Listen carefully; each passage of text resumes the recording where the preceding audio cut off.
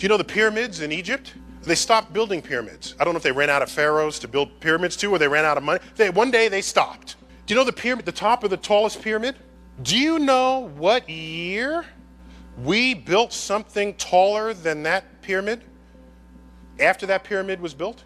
It was in the Paris Expo. The Eiffel Tower was the first object we ever built as a species taller than the pyramids. So just because you're doing something in one period of time doesn't mean it will continue forever. In fact, one of my great fears is that you end up taking it for granted. So I have a sample of aerogel in this office. Really? Yes. I have never touched a sample of You've aerogel never touched in aerogel? my whole life. Really? Always wanted This to. will be a first for Adam Savage. Dude. It'll be a first for everybody. What the hell is aerogel? Aerogel is the most ghost-like solid substance ever spun. And it's like 99.9% air, right? Yes. Higher than that. Oh my Okay. gosh. So here it is. Oh my goodness, look at that. I said it's like a ghost. It does look like a ghost. Okay. You brought a Tesseract Oh out. my- Hang on. No Hang on. way. Way. Okay. Look at that. Oh my. Okay, that is one of the coolest things I've It is ever like seen. ghost. It Okay. is. It's actually solid. Right? It's not flexible. Right. It's very brittle. It is science cotton candy. Don't eat it, Chuck. Come here. Ready? Whoa. That is aerogel.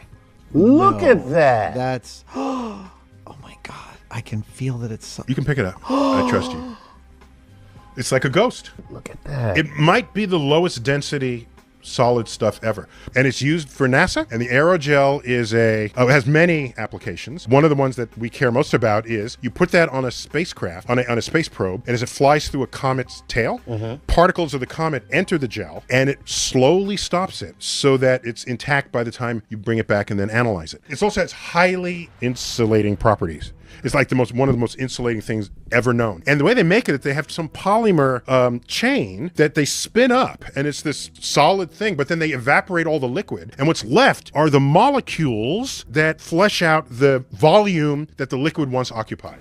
What is the Andromeda paradox? Well, the Andromeda paradox is the fact that if you and I are looking at Andromeda 2.5 million light years away, then what happens is, suppose you're sitting in your chair and I'm running by. And at the second I run by you, we both look up at Andromeda. Because I'm moving and you're stationary, we're going to see events that are days apart, even though we're in the same location looking at the same time. How can that and be? you think that relativity. And you think that the Don't just light say relativity and keep talking. How I know, far? right? Wait, in this scenario, how far away from me are you when you're running by? You're in the same place. We're in the same place, essentially. So you're like literally running I've never here. heard of this paradox. And you look right. up, It's a little known paradox. and the right? thing Yeah. that you see and I see are days apart. Days apart. Because of our physical perspective. On Well, that? here's what you would think. You would think the light is arriving right now. We should all be receiving this light, but that's not how it works. Motion changes the perception of time. So how do you define what now is? So we Even don't though even you're in the understand same time. place. Even though you're in the same place, yeah. While we're sitting here, I'm here. You're running by. Yeah. We look up at Andromeda at the same time, Yep, and we're from the seeing same something location. From the same days location. from the Yep. same location. Yep. Essentially, we're seeing things days apart. Days apart. And Yeah. that leads to the idea of what is now, and your now and my now are two different There's no nows. now. There is no now. No, there is is now. There's always now. There's There an has illusion to of be. now because we're so close together and we're so small. The speed of light makes it feel like we have a now, right? But now doesn't really exist on larger scales. There's no such thing. It's 1900. There's the fear of the great manure catastrophe. In Manhattan, which is not a large place, and you access it by bridges and tunnels, it's an island, there were horses, and horses do what they do. You feed them, they poop. The poop goes in the street. The horse, you don't take it to the horse bathroom, it's in the street. And the people's whole job was to clean up the manure. Now what do you do with it? You bring it to another place and it makes a pile. Then somebody else comes in with multiple horse-drawn carriages to haul the manure out of the island, okay? But those horses that are hauling the manure, they are pooping. Okay, so if you run the arithmetic on this, people imagine the manure catastrophe, and it attracted flies. There were no indoor supermarkets back then, at least in the inner cities. Most of food was sold by street carts. Your fish, your fruit, all of this was street carts. So the flies were everywhere. And so there was a lot of visioneering discussion about what to do about the horse poop or the flies. So they said, let's put something in the feed so that when it comes out as poop, the flies will not be attracted to it. Because that was one of the health issues. How do you get rid of the flies if you're not going to get rid of the poop? Then another one was, what can we feed the horse to reduce the amount of poop that comes out the other side? The actual solution was the car. If I had hair on my neck, it would be standing on edge as I see the depth to which he was connected to the operations of nature. There is no doubt about it. The man discovered the laws of gravity by sitting there. Okay, it's rumored that he sat under the apple tree, but what is certain is that he knew in the same field of view, he saw an apple drop and the moon in orbit around the earth. Okay, he sees the two of them. One is falling to the ground and the other is like up there in space. He connects the two and suggests that the same force of gravity is operating on both of them. They're both falling towards Earth. He hypothesizes, well, how's that possible? Because I can drop this camera on the ground, they would fall, okay? But if it's in orbit, it's not falling. But it is falling. It is. If you're in orbit, you are falling towards Earth. He suggested, suppose you had a hill and you sort of fire a cannonball. Not very fast, it would just sort of kind of fall, right? Fire it a little faster. It goes farther before it hits the ground, doesn't it? Even faster, it'll go even farther. Now wait a minute, Earth is curved. So if you keep this up, this thing is coming around the backside of the Earth. So he asked himself, there must be a speed sufficiently high so that that cannonball comes right back to the cannon. And all you have to do at that point is duck. And the cannonball ought to just slide on by and stay in orbit. The fact is the cannonball is falling every moment it's there. The difference is it's going sideways so fast that the amount that it has fallen is the same amount that the Earth's surface has curved away from it. That is the speed that gets you orbit. He figures this out. And that's why the moon is behaving the same way the apple is. The apple just doesn't happen to have sideways motion to bring it someplace other than right below. Do you know that planet-wide greenhouse effect was first discovered on Venus? Venus has a really bad greenhouse effect. It's 900 degrees Fahrenheit on Venus. And I did the math. Venus saw it. You could take a 16-inch pepperoni pizza, put it on the windowsill, and it will cook in 9 seconds. Okay? That's hot. I ask people, those that say, well, these people, okay? I ask, well, how much do you think NASA's getting? Here's your tax dollar. Pull out $1. Here's your tax dollar. How much are they getting? Okay? And here we go. Got my dollar. Oops, that's a 5. Wait a minute. Oops, that's another 5. There we go. Dollar. Tax dollar. How much? Here's your tax dollar. Is it 10 cents, 20 cents, 30 cents? How much is NASA getting? It is getting 1/2 of 1 penny of this tax dollar. 1/200th. That's not even, you're not even in the ink yet. Here, you're in the edge.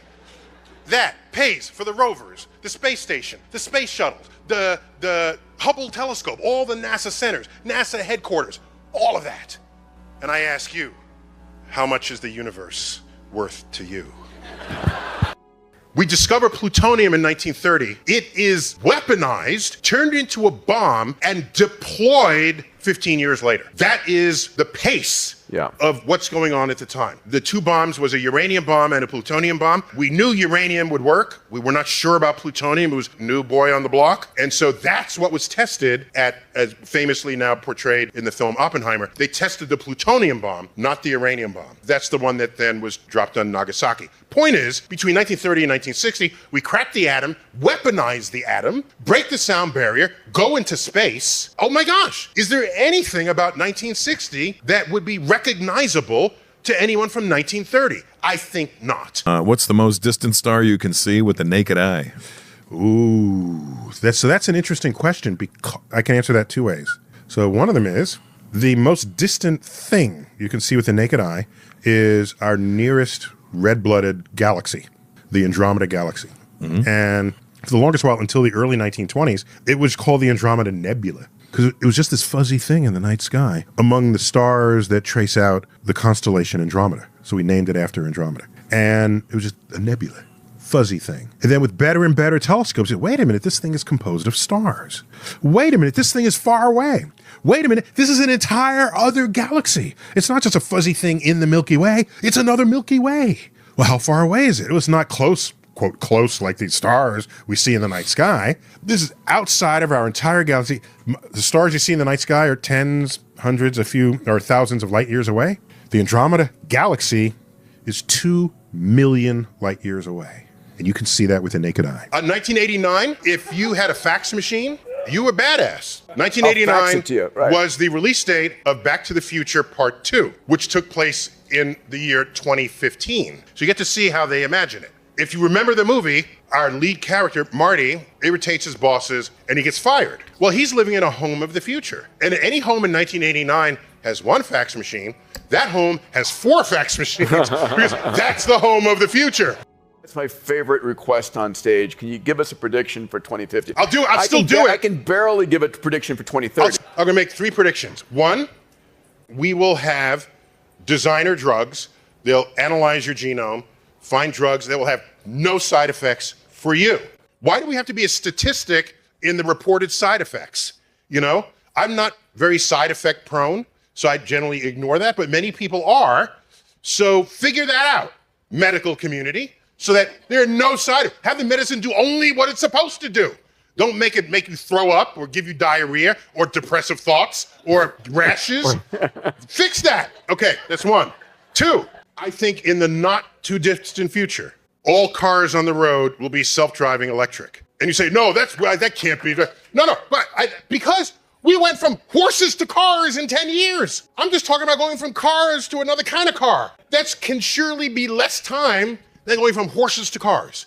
Self-driving, but you know, you start that, only self-driving cars in the HOV lane. Then these cars know where all the other cars are. If you want to change lanes, it tells the other car, I'm changing lanes now. They part, it changes lanes. And they can even text and drive at the same time with no loss of their acuity on the road because they're freaking electric computers. And they can drive 120 miles an hour with 2 cars distance between them because there's not going to be something they don't anticipate. And so once you see that, cutting down your travel time, I think it's going to go quickly. And but you're a car enthusiast. What do? I'd like a classic car. There'll be car parks for you to drive them. Is that any different from people who like riding horses and you go to the stables and ride horses? It's quaint, a quaint memory of a bucolic past. So you've got your Ferrari, whatever. You park it at the car park. You'll take an electric car to get there, and you can do your thing as people who ride horses. So I see that happening. Last thing, I'd like to see space. People ask, where should we go next in space? All of space. Why does it have to be a next destination? When we built the interstate system, which to the tune of $100 billion, by the way, about the same as going to the moon, what drove that? Well, war drove that. What's the other name for the interstate system? The Eisenhower Internet System. He went to Europe in the Second World War, saw the Autobahn survive under rain and snow, and tanks could roll over without it falling off the side of the road. He says, I want that in my country as a defense project. And so the initial monies for that all came from the defense. Were informed by our posture as a country that didn't want to get invaded and wanted to keep our military ready and you may know, the interstate system doesn't go over mountains, it goes through them. And after every distance, there's a certain stretch that is straight so that you can land an airplane on it if you had to. It is to military specs. That's how that money got dislodged. So I'm saying, when you build the interstate, you don't build, let's just go from New York to LA. No, give people choices. So you send the interstate everywhere, let people's creativity take them to wherever they want to start whatever businesses they want or have whatever free life they want to lead in a country that we still think is free. And so when I think of space, I think of not a rocket to go here or there, get a warehouse of sort of strap-on boosters, and I say, I want to do science on the backside of this comet that's coming through. We need these 3 boosters and this rocket, and we'll schedule the launch in 3 months. Think about that. Then the entire solar system becomes our backyard. And it's not this other place. It is we'll have a relationship with it. And yeah, let's mine some asteroids. We have wars on Earth over the limited access to resources that are plentiful in the universe, in our own backyard. The future of space is one where an entire category of warfare will be rendered obsolete because access to resources will be unlimited. Category of war would be gone forever. If the entire solar system had lanes that you would take and you decided where you wanted to go, and it wasn't a single national destination. Your weight is not only how many molecules you have in you, It's the density. it's also what's the force of gravity operating on you. So you'll weigh more, but you won't look heavier. You'll just be heavier. So my mass will be the same. No, mass will be the same, correct. But your weight can be less or more, Right. depending on what planet you're on. In fact, it's less or more on Earth. If you go to the equator and the equator is spinning, at the equator you're moving 1,000 miles an hour. You weigh less on the equator than you do here in New York City. You weigh less on a mountaintop than you do in a cave. We should go to the equator, guys. Why do sodium and chloride, 2 extremely toxic and harmful chemicals, combine to form normal table salt? This is the beauty of chemistry. So you think that a thing's properties are somehow inherent in the thing, but the property is what manifests after you combine it with whatever else. So you combine sodium, which is a lethal metal that you can cut with a knife. That's how soft it is. And it reacts violently with water. Add that to chlorine, which would poison you if you breathed it. Put them together and you get completely necessary table salt, necessary for the life. So when you put them together, all the chemistry, it's a new chemistry. It's a new thing. Don't think of it as it probably has some of those properties it used to have. No, all that matters is what are its electrons doing when they talk to your electrons. And if the configuration is different, that's all that matters. Let's take hydrogen. Hydrogen is explosive. Hydrogen will explode if you light a match to it, a ball of gaseous hydrogen. Oxygen promotes combustion. If you have a flame and add oxygen to it, it'll burn faster. Combine hydrogen and oxygen, you get water that puts out flames. The planet Uranus is discovered. Within a few years, a brand new element is discovered. Turns out to be unstable. We would use the term radioactive later on, but they named that after the new planet that was discovered. That was the element uranium. Now watch. Some years after that, 100 years after that, we discover another planet and we name it Neptune. The next element in the periodic table heavier than uranium, now number 93, was not yet named and not yet discovered until just after that planet. So they named that after the next planet, and that would be Neptunium. And there's element 94, not yet discovered, waiting its turn. The object formerly known as a planet called Pluto was discovered in 1930. Shortly after that, we discover element 94. It's named after the 9th planet, Plutonium. So the periodic table preserves uranium, Neptunium, and plutonium in sequence. Nice.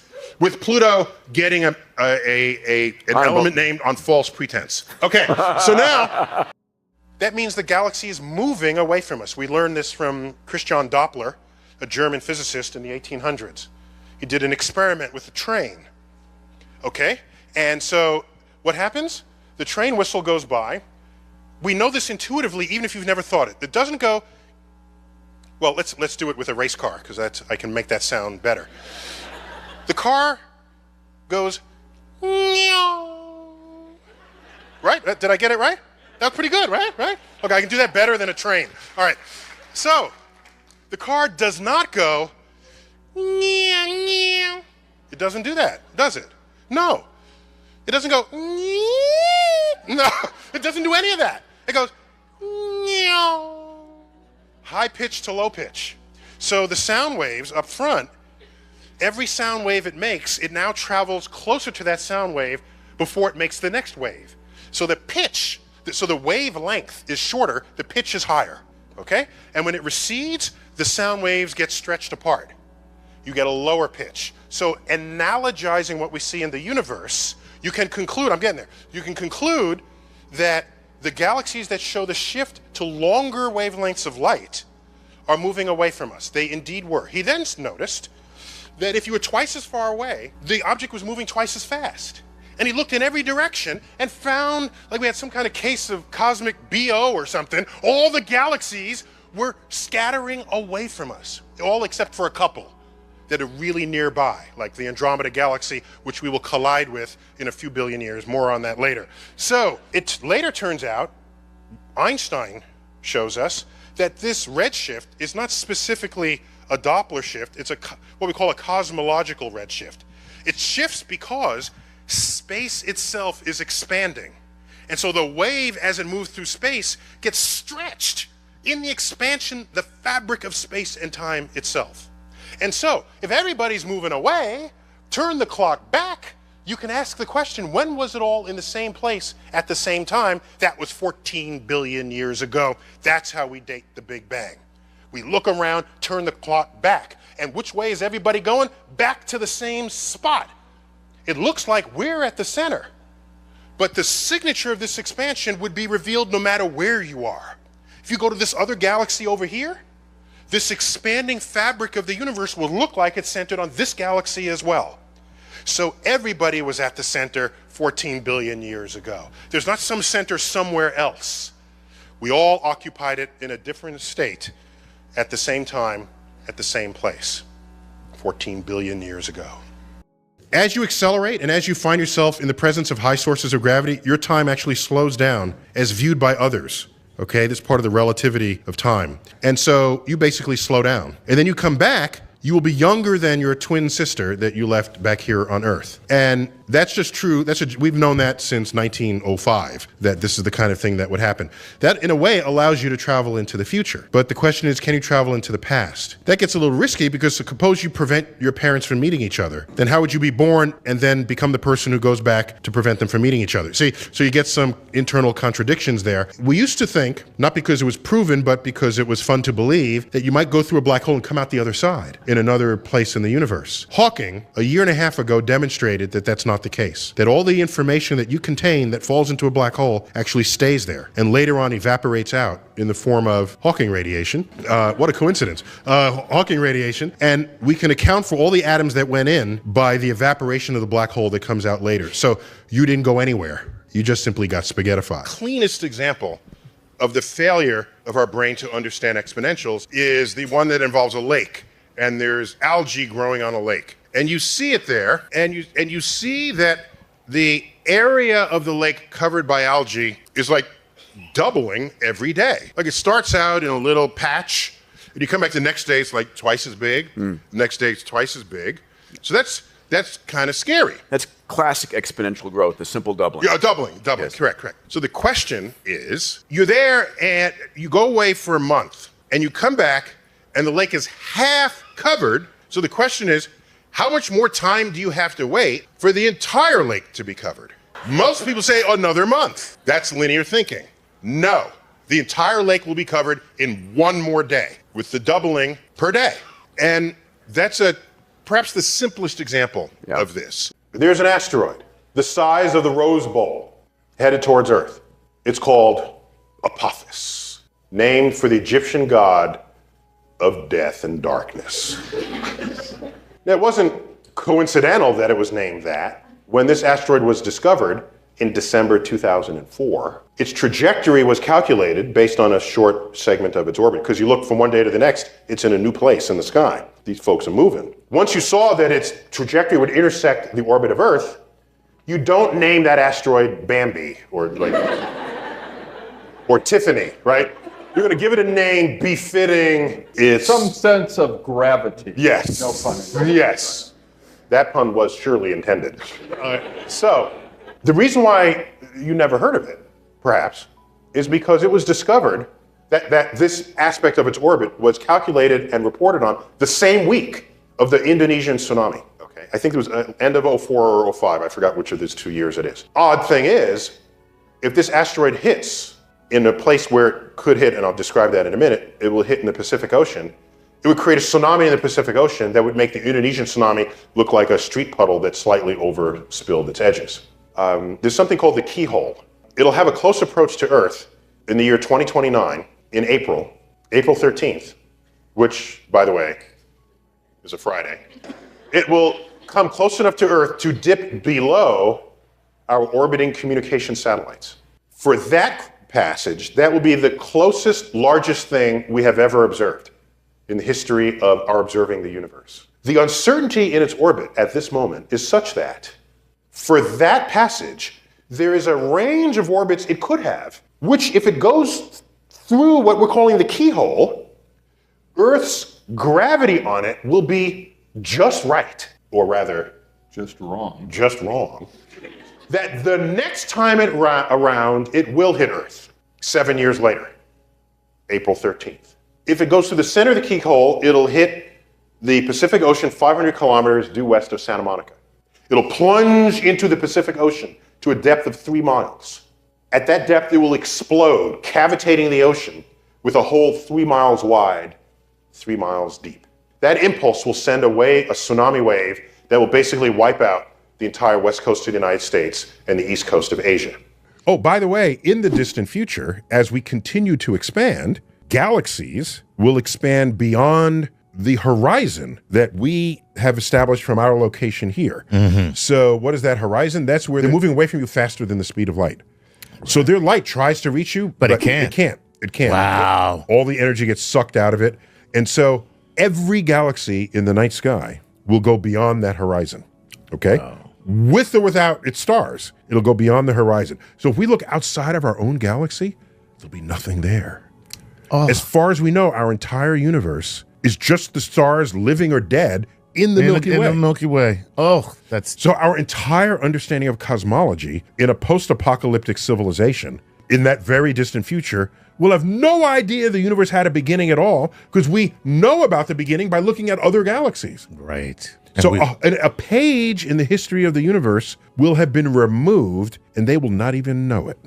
One of the active ingredients in the smell of a fart is hydrogen sulfide. It turns out hydrogen sulfide is extremely lethal, is one of the most lethal gases that exists. Well, why do we have such a good sense of smell for that? Why don't we smell other gas? Why don't we smell nitrogen? Well, we don't need to smell nitrogen because it's not going to kill us, because it's 78% of what you breathe anyway. We have evolved a hypersensitive sense for the smell of hydrogen sulfide. If you gave birth to someone who said hydrogen sulfide smells beautiful and let's smell more of it, let's get canisters of it, they're dead 10 minutes later, no longer able to propagate the gene that liked the smell of hydrogen sulfide. It has been theorized that there have been places and times on Earth where the ocean currents stopped. And when ocean currents stop, oxygen at the surface of the ocean never makes it to the bottom. So you can't sustain oxygen life forms at the bottom of the ocean. There are no fish. There wouldn't be any fishes down there if the ocean currents stopped, because the ocean currents not only go from one place to another in the world, they circulate top to bottom, right? So it's a two-dimensional thing going on, 3 dimensions actually. So if something happens on Earth where you stop the oceanic cycles, you can create a condition in the lower ocean where anaerobic life forms thrive. And if they thrive, they outgas. And one of their outgases is hydrogen sulfide. It will gurgle up from the bottom of the ocean, rise up near the shores, turning shorelines into the smell of cesspools. If you were alive at the time and didn't run away from that, you would have simply died from it.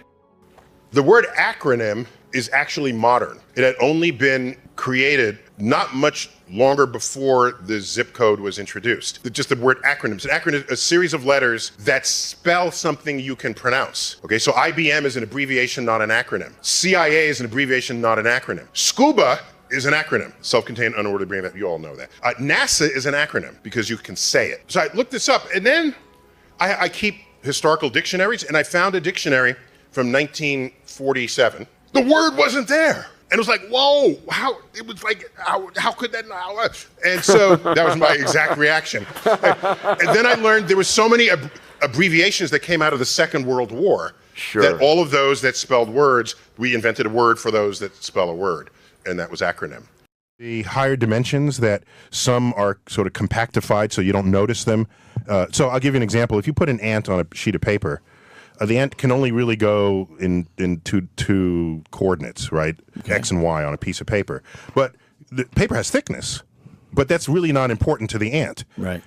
So it's possible to have more dimensions than you realize. They're just sort of hidden in a way that you don't really interact with them in meaningful ways. So the string theorists, of which Brian Greene counts himself among their ranks, have suggested that, and others have suggested that the actual universe, the real universe that we live in, we only experience 3 spatial dimensions and a time dimension, but in fact, there are other dimensions that are essentially hidden from us.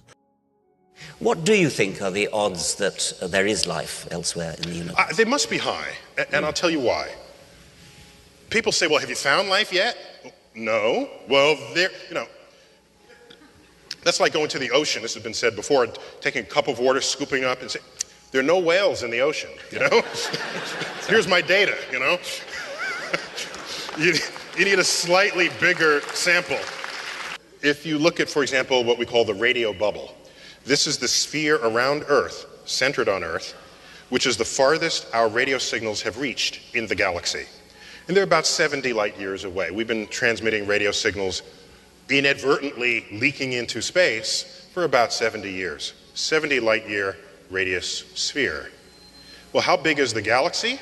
We'll shrink that sphere down to maybe the size of a BB, and then the galaxy on that scale would be the size of this stage. That's how far our radio signals have traveled.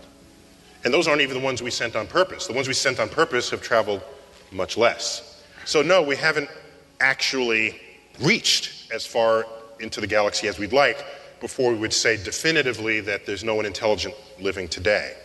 But here's some very simple facts. I can review them in 90 seconds. You look at the formation of the Earth and the earliest sign of fossil life. Subtract a few hundred million years at the beginning of Earth, when Earth was a shooting gallery. Earth was still accreting the birth materials of the solar system. It's hostile to complex chemistry over that time. Not fair to start the clock then. Wait a couple of 100 million years, now start the clock, and wait around and see when you have the first signs of single-celled life. At most, 400 million years. At most. Earth has been around for 4.5 billion. So Earth, without any help from us, with basic ingredients found throughout the universe, managed to create life, simple though it was. So, and Earth, one of, 8 planets, get over it. One of, sorry. And what are the ingredients of life? The number 1 atom in your body is hydrogen. Number 2 atom is oxygen, together making mostly water that's in you. Next is carbon in this order. Next is nitrogen. Next is other stuff. My favorite element, other, yeah. You look at the universe, the number 1 element in the universe is hydrogen. Next is helium, chemically inert, couldn't do anything with it anyway. Next is carbon. I think I left out oxygen there. Next is oxygen. Next is nitrogen, 1 for 1. We're not even made of odd things. The most common things in the universe are found here on Earth, and we're made of them. And carbon, one of the most chemically fertile element on the periodic table. It's not a surprise, we're carbon-based. Life is just the extreme expression of complex chemistry. So that's what biology is. So all these people who want to imagine, because they remembered their chemistry class, that silicon sits right below carbon on the periodic table. So it bonds similarly to carbon, so they want to imagine silicon-based life. I'm saying, okay, fine, but you don't have to. There's 5 times as much carbon in the universe as silicon. There's no need to even have to go there. We got enough to imagine just simply with the carbon atom at the center of these huge biological molecules. Point is, it happened relatively quickly with the most common ingredients in the universe. To now say life on Earth is unique in the universe would be inexcusably egocentric. When you are in free fall, you are weightless. Now, if you're in an elevator and you cut the elevator cable, up until the point you hit the bottom, you are weightless. You're in free fall. Here's an experiment you do. It's a very cool, cheap experiment. Take a tall glass of water, punch holes in the side. Obviously, the water's going to leak out. The water at the bottom hole will spew out farther than the water in holes higher because the water weighs more above it. There's more pressure at the bottom to spray the water out. So the bottom one is far and the higher ones are a little less. It's all because of water pressure, the weight of the water. Take that cup of water while it's spilling, drop it into a sink. It doesn't matter what you drop it into, but this is to minimize mess. Drop it. The instant it leaves your hand, it is weightless because it's in free fall. The cup is weightless, the water is weightless. And if the water has no weight, then the water does not know to exit the hole in the side of the cup that you punctured. So the instant you drop that cup, the water cuts off. It just stops. And the cup falls, hits the bottom, and spills in your sink. But while it fell, it is evidence that the water became weightless. The apple is weightless, the moon is weightless. This is about the size of the moon. 20-inch in diameter, this is 5 inches. So who knew the moon was that large? This is Mars. Sure, that could be Mars, yeah. It could be Mars, 10 inches? Oh, yeah, that's 10 right. inches, That's about right, sure. We're going to do an experiment of how far, to this scale, if we're according to this scale, how far away the moon might be. Oh, sure, So, okay, so I'll give you the moon. Here, up come here. Stand right here. Okay, you now have the moon. Put it where the moon is, relative Where to Earth is the where size. do you think it is? Right about there? That's about the right distance? Given that this is 20 inches and this is 5, you think the moon is... Right about there. Okay. That is way off, okay? Okay. Just start backing up. Yeah, and Keep going. Keep going. Turn around while you're going. Keep going. That's about right. Yeah. That's about the Earth-Moon distance. Yeah. You know why? You've been lied to by textbooks that have to squeeze them both into the same page. And then the positioning of Mars. Oh, yeah, okay. So, well, you know it's got to be farther than the moon. I'm going to really save you this effort here. It'll be like a mile and a half away, which is farther away than Town Lake. Space is empty. You know the people who say this is a universe made for us? No, it's not.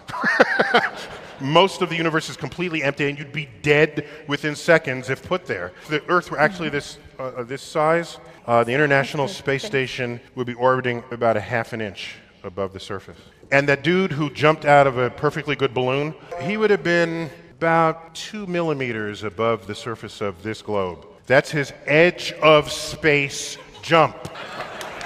Do you remember that case in New Jersey where there was the middle school student who tape recorded the history teacher saying that the students will burn in hell if they don't believe in Jesus Christ? Do you remember that? And it became a whole hullabaloo in the district, and it would say separation of church and state. This is a violation of the First Amendment, or Second, whichever amendment, okay?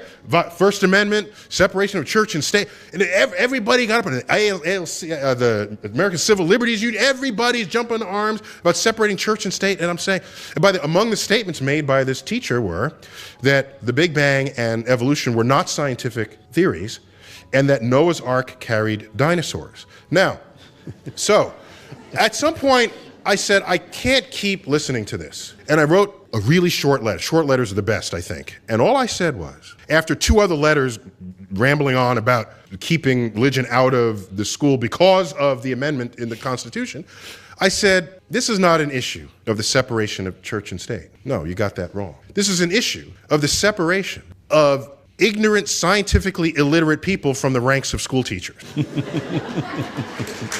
And so I cited, in defense of that line, his comment about the Big Bang and evolution and dinosaurs with Noah's Ark. I did not cite in that his assertion that Jesus Christ is a savior, because not much I can say about that. But to pretend that the rest of this information, that he's accurate in this information, that's a travesty. That anyone who calls himself a teacher would believe that as factual information about the history of the world. That's when I jump up and I have something to say. Rome, when they built streets, they didn't call them streets, they called them ways. And you look up at the night sky and you see this milky band of light. They just call it the Milky Way, the Milky Street, literally. In China, where milk is a less popular beverage into adulthood, they don't call it the Milky Way, they call it the Silver River. And it would not be until Galileo did we learn that when you put a telescope on the milky band of light, it reveals itself into stars. So we say, wow, all right. But is this all there is? Just stars in front of our face and then the stars that are far away that make this band? It would take until 1920 before we resolved the debate about whether the spiral fuzzy things in the night sky were actual other galaxies separate from our Milky Way. We now know there's nearly 100 billion galaxies in the observable universe, and each galaxy has hundreds of billions of stars on average. We've been fed a lie our entire, I want to call it a lie. Earth has been misrepresented to us by geologists because the globes that you buy, that you rub your fingers over it and you feel the Himalayas and you feel the Rocky Mountains. No, no, okay? These mountains are puny compared to the size of the Earth. You would not know they were there. If you were truly that size, some big cosmic giant lumbering through space, coming upon the Earth, rubbing your hand on it, the depth of the fingerprint mark, the depth of that would be greater than the entire range of distance from the Marianas Trench in the bottom of the Pacific to the top of Mount Everest. Therefore, you would close your eyes, rub your finger, you would not know whether you are on ocean, valley, mountain, or hill. Well, it might be wet or dry. It might be, you know. Well, by how much wet? A little. How? No. Yes. You wouldn't even notice it. You're not going to say, oh, I got to dry my hand. The depth of the ocean doesn't measure up to the depth of your fingerprint. Oh. That's my point. Oh. So we've been fed this misrepresentation of our own planet on the belief that, in fact, we have real surface features. But cosmically speaking, we're practically a perfect sphere. If you look up at the night sky, almost half of all the dots of light you see, if you pull out a telescope, will reveal themselves to be binary or triple star systems. Wow. It is as common as the breeze in the universe. The challenge here is, what happens to a planet in orbit around a binary or multiple star system? That's the challenge. And is the atmosphere stable enough to support life? That would be a concern no matter where the planet is. But here's the challenge with a multi-star star system. As the planet orbits, maybe it'll get really close to one star and really far from another, and maybe the orbit is entangled between the two of them, trying to do figure eights. If you have an unstable orbit, you're likely to eject the planet forever into interstellar space. And in fact, data are now showing that interstellar space may have more rogue planets that have been ejected for having misbehaved orbits from their star systems than there are stars within planetary systems themselves. Dude, you just blew my mind. And they're called rogue planets. I'm just beginning here. So watch. We also know that many planets have still retained their heat of formation long after they've come into existence. Earth still has heat churning, a source of energy that is not traceable to the sun. This is what creates the magma that's sitting below Earth's crust. The sun didn't heat that. That's heat generated within the Earth. Some is left over from formation. Others is created from radioactive decay of elements. But we've got an energy source. And our biology books from decades ago said life needs sunlight. No. Life needs energy. It doesn't care if it comes from the sun. The fact that we've discovered exotic life on Earth has broadened the net that we have cast into space in our search for life in the universe. No longer do we need to look for the 72-degree pond in an oxygen atmosphere planet in our search for life. So this Goldilocks zone where everything had to be perfect, we've got life thriving in places that would kill us. We are not the measure, the ultimate measure of what the conditions that life requires to survive. So now that we're looking with this very broad net, we can say to ourselves, for these vagabond planets, if they still have their source of energy churning within, maybe there's life there. And if that's the case, the galaxy could be teeming with life, and the fact that we're focusing our search on planets around stars may simply be limiting all that we can discover in the cosmos. There are more water molecules in this cup of water than there are cups of water in all the world's ocean. That's how small molecules are. So what that means is if I take this and toss it out, there's enough molecules in what I toss to enter every other possible cup of water anyone draws from the world's water supply. There's enough to scatter to every possible cup of water in the world. So if I drink this, it comes back out of my body in some way or another, any one of a half dozen ways. That re-enters the environment, goes to clouds, it goes to the streams, goes to the oceans, and given enough time, it mixes completely. So, Socrates drank a glass of water. It is a certainty, it's essentially a certainty, that some molecules that passed through his kidney were in that glass that you just drank. And it's not only that, by the same reasoning, there are more molecules of air in every breath you draw than there are breaths of air in all the Earth's atmosphere. So by the same calculation, every breath you take, some of those molecules pass through the lungs of whatever is your favorite historical character, Jesus. You want to think of us as separate and distinct from one another or not connected to the world, but we are. And for me, what I think of as fascinating ways. I once taught a class at the Hayden Planetarium, evening class for adults, and someone in there at the end said, I got to level with you. I cast horoscopes, and I just wanted to learn more about astronomy. That's great. That's fine. And so she said, I can cast your sign. And I said, really? Okay. And she said, well, what's your sign? And then I asked her, well, if you're really into this and you had me for 12 classes or 15 classes, you should know the sign. If all this works the way you say, if it's so inevitable, it should be obvious. Yeah. She said, okay, you're a Cancer. And I said, no. So, okay, a Taurus. No. And then like 8 signs later. It's like halfway through. No, more than halfway. More than halfway. Yeah, 8 is more than 6 of 12. 6, yeah. Okay. So it was like the 9th guess. She said, you must be a Libra then. And I said, yes, a Libra. I knew it. You're like, no, you didn't. Okay. So here's what's going on there. Okay. So I've done this experiment. I invite you to do it. If you're in front of a big group of people, pick a well-read horoscope for that day. In a magazine or the app or whatever. Pick one at random and read it to the audience and say, whose horoscope did I just read? And everyone's going to 2/3 of the hands will go up. Yeah. And then say, okay, for those you are certain I didn't read your horoscope. Okay, no, of those how many of you are certain it was not your horoscope? And they'll raise their hand. And then you tell them, and in almost every case I've done this, people were certain it wasn't theirs, it was some of theirs. Yeah. And of course, it's not most of it. It can't be. Right. Okay, at most it's going to be a 12th. Right. So the point is, that's another confirmation bias going on. You ignore everything in the horoscope that does not apply to your life.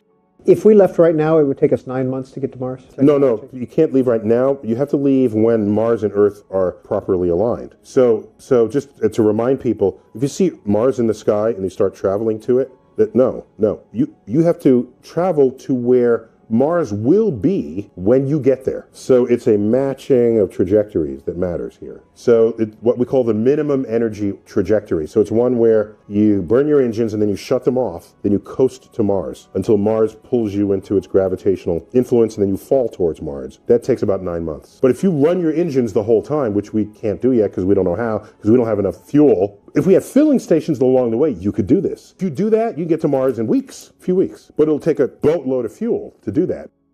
Was Galileo treated as a kind of a devil, in a sense? The simple story is he makes these discoveries. They conflict with the teachings of the Catholic Church. They put him on trial. They find him guilty of saying that Earth goes around the sun and not vice versa. And then they put him under house arrest. What they don't tell you, or they would tell you if you read a longer biography about him, is that he actually made fun of the Pope, public fun of the Pope. He wrote a book in Italian, not in Latin, which is the academic language of the day, in Italian, which means the local people can read it. And in it, he invents a conversation between a simpleton and someone who was wise of the ways of the universe. And if you track the statements of the simpleton, they're all statements that have come by official decree from the Catholic Church. So he's really a pompous a-hole, basically.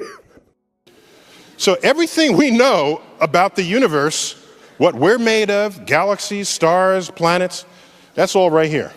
So according to this chart, we are 96% stupid in the universe.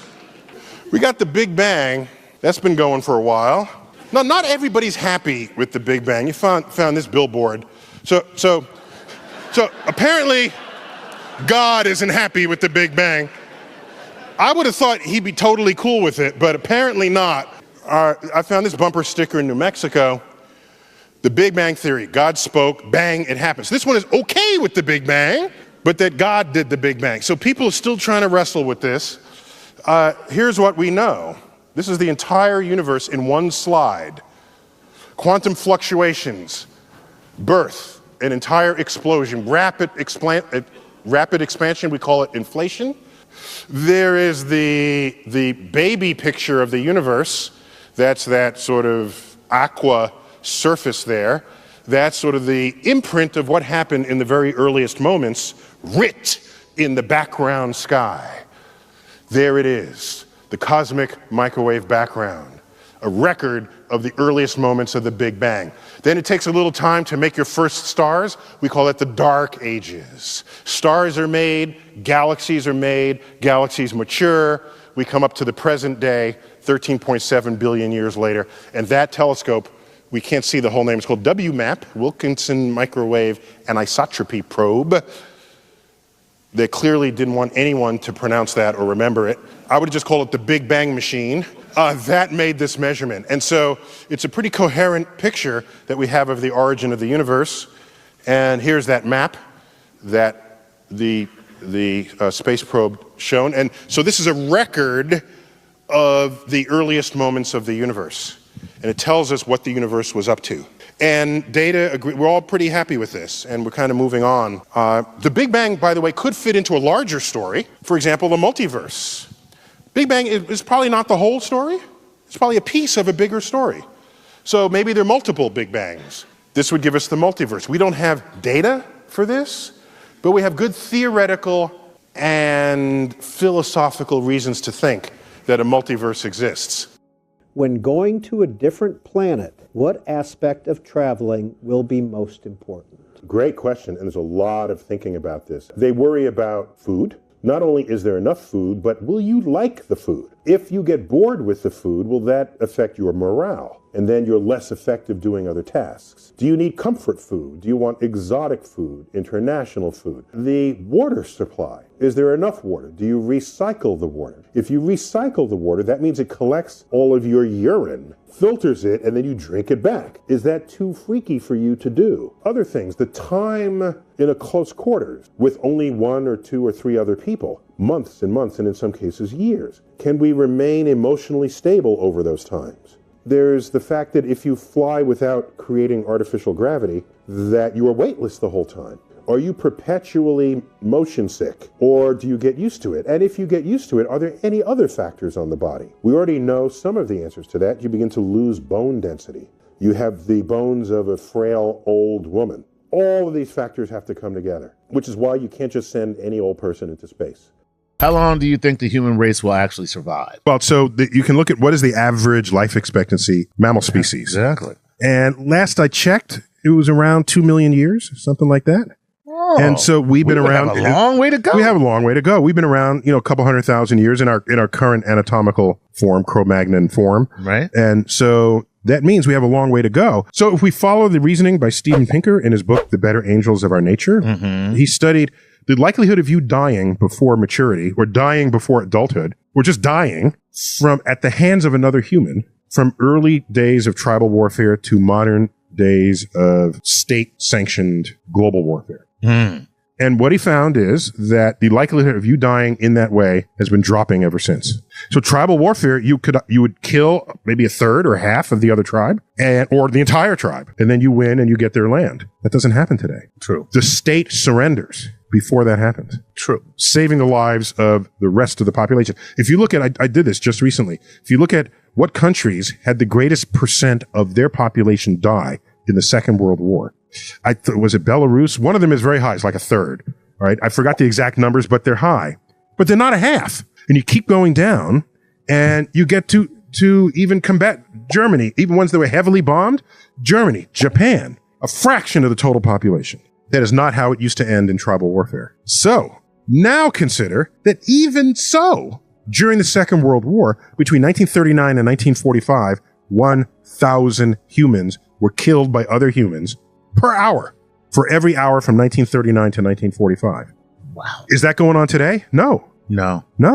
Oh, we're really slipping. No, stop. Dr. Tyson, in your opinion, who would be the most scientifically accurate and believable superhero with superhuman abilities in relation to real-world physics and counterpoint the most unbelievable and inaccurate, and why? Yeah, now the least believable. I'd say the Hulk. Come on now. Is that because he's made from gamma radiation? Yeah, so first of all, gamma rays will kill you, first of all. Okay. But let's hold that detail aside for the moment. All right. Now, next, it would mess with your DNA. Okay. So we get that. And so here he is turning green. All right. So let's even allow that.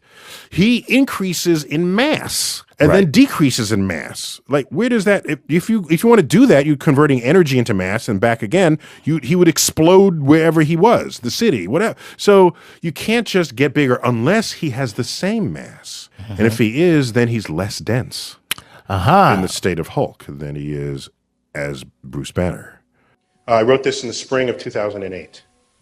Dear NASA, happy birthday. Perhaps you didn't know, but we're the same age. In the first week of October, 1958, you were born of the National Aeronautics and Space Act as a civilian space agency, while I was born of my mother in the East Bronx. So the year-long celebration of our golden anniversaries, which began the day after we both turned 49, provides me a unique occasion to reflect on our past, our present, and our future. I was 3 years old when John Glenn first orbited Earth. I was 8 when you lost astronauts Chaffee, Grissom, and White in that tragic fire of their Apollo 1 capsule on the launch pad. I was 10 when you landed Armstrong and Aldrin on the moon. And I was 14 when you stopped going to the moon altogether. Over that time, I was excited for you and for America. But the vicarious thrill of the journey, so prevalent in the hearts and minds of others, was absent from my emotions. I looked to you for guidance, for a vision statement that I could adopt that would fuel my ambitions. But you weren't there for me. But you should nonetheless know that among my colleagues, I am the only one of my generation who became an astrophysicist in spite of your achievements in space, rather than because of them. For my inspiration, I instead turned to the libraries, remaindered books on the cosmos from bookstores, and my rooftop telescope, and the Hayden Planetarium. After some fits and starts through my years in school, where becoming an astrophysicist seemed at times to be the path of most resistance, I became a professional scientist. I became an astrophysicist. Over the decades that followed, you've come a long way, including most recently a presidentially initiated, congressionally endorsed vision statement that finally gets us back out of low Earth orbit. Whoever does not recognize the value of this adventure to our nation's future soon will, as the rest of the developed and developing world passes us by in every measure of technological and economic strength. Not only that, today, you look much more like America. From your senior level managers to your most decorated astronauts. Congratulations. You now belong to the entire citizenry. Examples of this abound, but I especially remember in 2004, when the public took ownership of the Hubble telescope, your most beloved unmanned mission. They all spoke loudly, ultimately reversing the threat that the telescope might not be serviced to extend its life another decade. Hubble's transcendent images of the cosmos had spoken to us all, as did the personal profiles of the space shuttle astronauts who deployed and serviced the telescope, and the scientists who benefited from its data stream. Not only that, I've even joined the ranks of your most trusted. I serve dutifully on your advisory council. I came to recognize that when you're at your best, nothing in this world can inspire the dreams of the nation the way you can. Dreams carried by a river of ambitious students eager to become scientists, engineers, and technologists in the service of the greatest quest there ever was. You have come to represent a fundamental part of America's identity, not only to itself, but to the world. So, now that we've both turned 49, and we're well into our 50th orbit around the sun, I want you to know that I feel your pains and share your joys. And I look forward to seeing you back on the moon. But don't stop there. Mars beckons, as do destinations beyond. Birthday buddy, even if I have not always been, I am now your humble servant.